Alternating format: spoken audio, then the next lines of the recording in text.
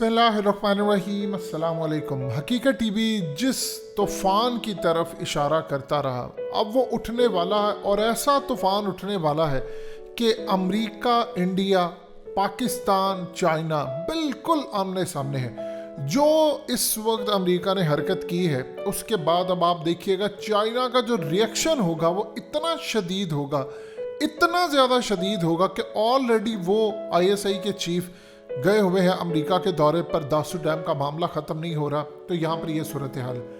जयशंकर से मुलाकात की है इस वक्त सेक्रेटरी ब्लिंकन ने, और उस मुलाकात के बाद पूरी पॉलिसी वाज़िया हो गई। ये लंबी चौड़ी मुलाकात थी, अजीत डोवल से भी मुलाकात हुई, और जो फैसला हुआ है वो बड़ा भयानक है। हत्ता कि इंडिया रिलक्टेंट है और परेशान भी है, लेकिन अमेरिका ने अपने घोड़े दौड़ा दिए हैं।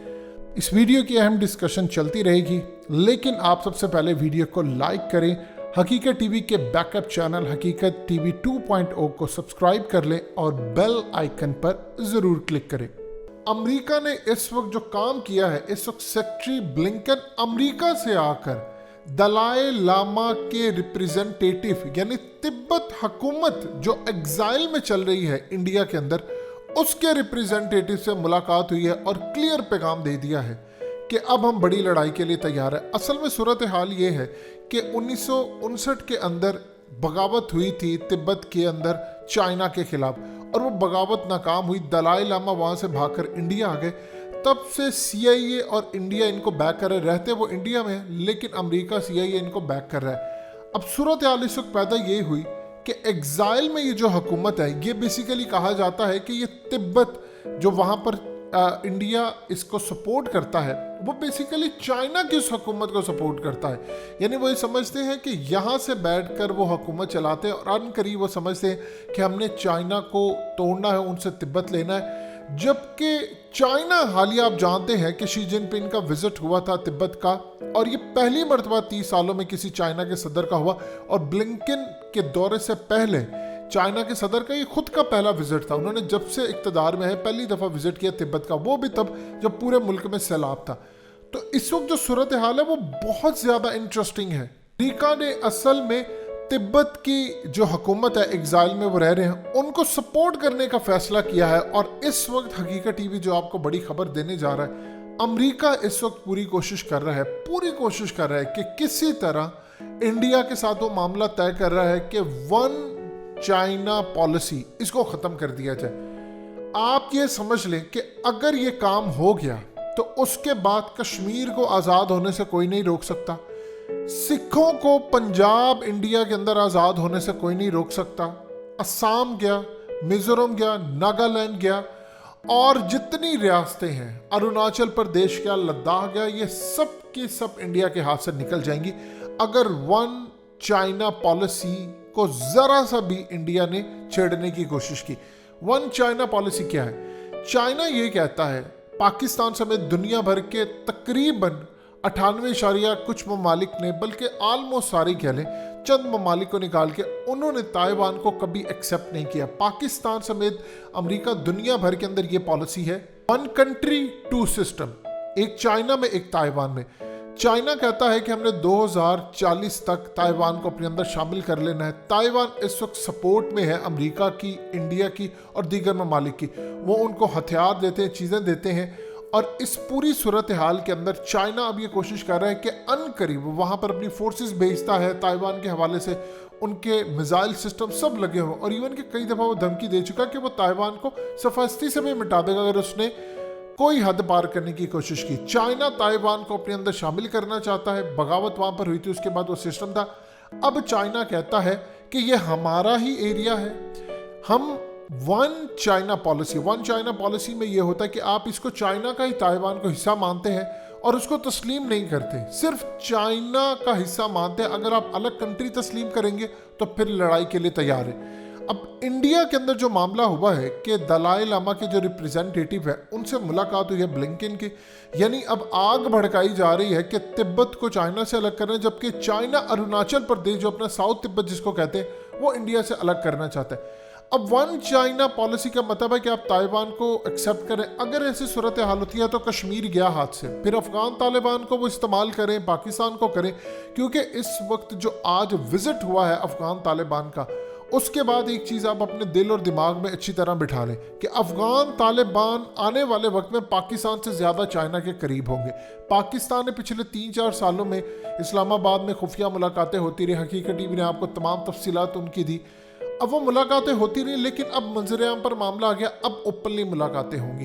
पहले चाइना डरा हुआ था, पाकिस्तान ने गारंटी दी, अफगान तालिबान ने गारंटी दी, सारी चीज़ें इनके दरमियान इतना एतमाद बहाल हो गया कि आज आप देख लें कि उन्होंने अपनी ऐसे बाहें खोल दी और कहा कि आप आकर विजिट करें। और चाइना के फॉरेन मिनिस्टर, जो पाकिस्तान के प्राइम मिनिस्टर, इंडिया के प्राइम मिनिस्टर, इवन के अरब रियासतों के जो हुक्मरान हैं उनसे ज़्यादा मजबूत हैं। सो इस पूरी सूरत हाल के अंदर चाइना के फॉरेन मिनिस्टर से मुल्ला बरादर और उनके ग्रुप की मुलाकात करना, जिसमें सुहेल शाहीन भी हो, ये कोई छोटी बात नहीं है।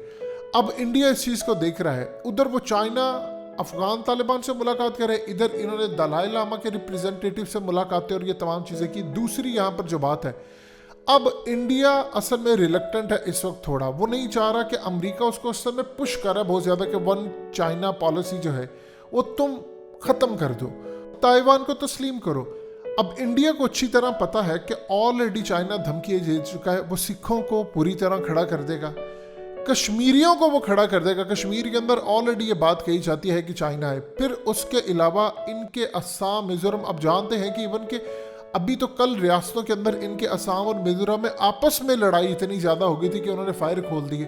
तो इस वक्त चाइना के पास ऑप्शंस बहुत ज़्यादा हैं, वो पाकिस्तान के ज़रिए काम कर सकता है। चाइना कभी इस खेल में नहीं आता प्रॉक्सी, लेकिन अब चाइना के पास मौका है, क्योंकि जब आपने सुपर पावर बनना है तो आपने सारे रास्ते अचीव करने हैं। आपको हर वो काम करना पड़ेगा जो सुपर पावर बनने वाले ममालिक करते हैं। उन्होंने अफगान तालिबान के खिलाफ नहीं गए। दुनिया की पिछली हालिया 3 बड़ी सुपर पावर, उन्होंने एक ही गलती की जो चौथी सुपर पावर नहीं कर रहा, और इवन के 5वीं भी सुपर पावर लाइन में है इसराइल, वो भी ये गलती करेगी जो कि इंशाल्लाह वो नहीं बनेगी। बरतानिया ने अफगान तालिबान यानी अफगानिस्तान के अंदर लड़ाई की तो शिकस्त खा गए। सोवियत यूनियन ने इनको तोड़ने की कोशिश की, शिकस्त खा गए। अमेरिका ने तोड़ने की कोशिश की, शिकस्त खा गए। चाइना ने अफगान तालिबान को साथ में ला लिया, उन्होंने ये काम ही नहीं किया। उसकी वजह ये थी, सबसे पहले तो बात है लैंड का, दूसरा सबसे ज़्यादा इशू था कि जो गलती रशिया ने, अमेरिका ने की, वो चाइना नहीं करना चाहता। उनको पता है अब इनको नहीं हरा सकते, उन्होंने इनको साथ में लाया है। अब अगर यहाँ पर सूरत हाल पैदा होती है कि कश्मीर का मामला उठाना हो तो अफगान तालिबान बेस्ट चॉइस है।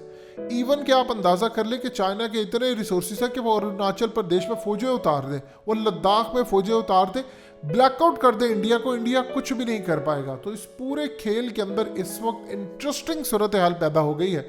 अब चाइना का गुस्सा शदीद होगा और रिएक्शन भी बड़ा शदीद होगा। और सबसे ज़्यादा जो बड़ी बात है कि सबसे पहले अमेरिका और इंडिया की प्रॉक्सी को अफगानिस्तान में ठिकाने लगाएगी पाकिस्तान की एयरफोर्स और चाइना की एयरफोर्स और अफगान तालिबान के इंटेलिजेंस।